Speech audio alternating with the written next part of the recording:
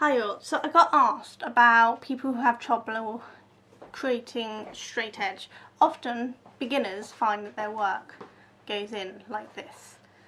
As you can see, I started off with 15 stitches, but by the end I'm a lot less. And that is because of working on the edge stitches. There's two ways that you can do it. They're both looking exactly the same stitch count, and you can see there's not really any difference in how they look, but I've done them in two ways. The first way is how I first got taught, so that you could remember to find the correct stitch, and then once you've learnt that well enough you can go into the second way. So this is a sample here, which just so this is the same size I've been working with. That's your 15 stitches.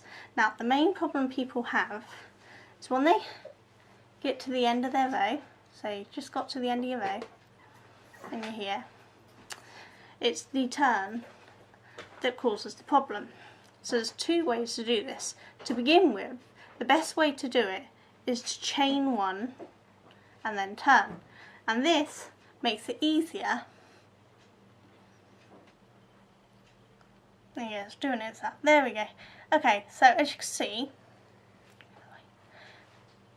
there is the first stitch. Now the problem is a lot of people miss that stitch and go on to that one. When you do a chain one, it's easier to see that stitch, so you can then go into that stitch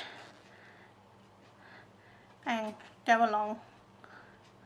When you get to the end, it's easier to spot the stitch. But if you don't chain one, so I just go back to the end. So when you're at the end, if you don't chain one, when you turn, what it does is it makes it a little tighter here, and a lot of people miss the first stitch. There, see that first stitch is now almost hidden because it's squashed, and what you're naturally going to do is go into this stitch you can see easily.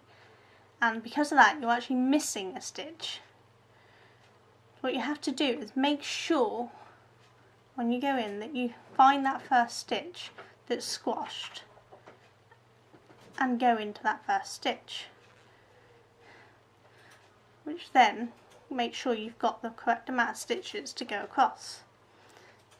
So because it is so squashed, doing that chain one at the beginning stops that stitch from squashing, because you're twisting the chain and not the stitch, and that leaves the stitch easier to see. Can you see that it's now not squashed, and you can see where you're going in to go across.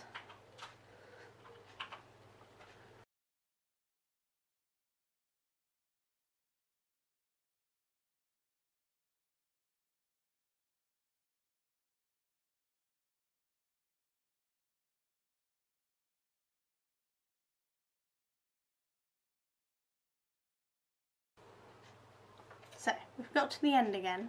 So remember, if we chain one and then turn, we can easily see that the first stitch is that one there.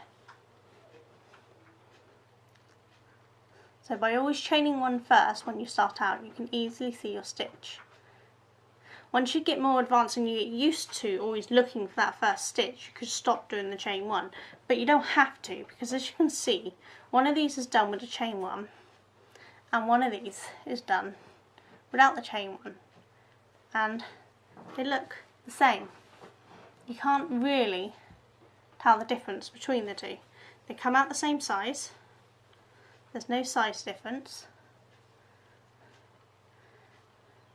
and they look the same on the edges. See, the edge makes no difference whether you do the chain one or not. So doing the chain one will actually help keep a straighter edge until you're used to looking for that first stitch. Okay, so I hope that's helped. Any questions, let me know, and if you want any more tips and tricks videos, just put a comment down below and I will try to answer it for you. Right, bye!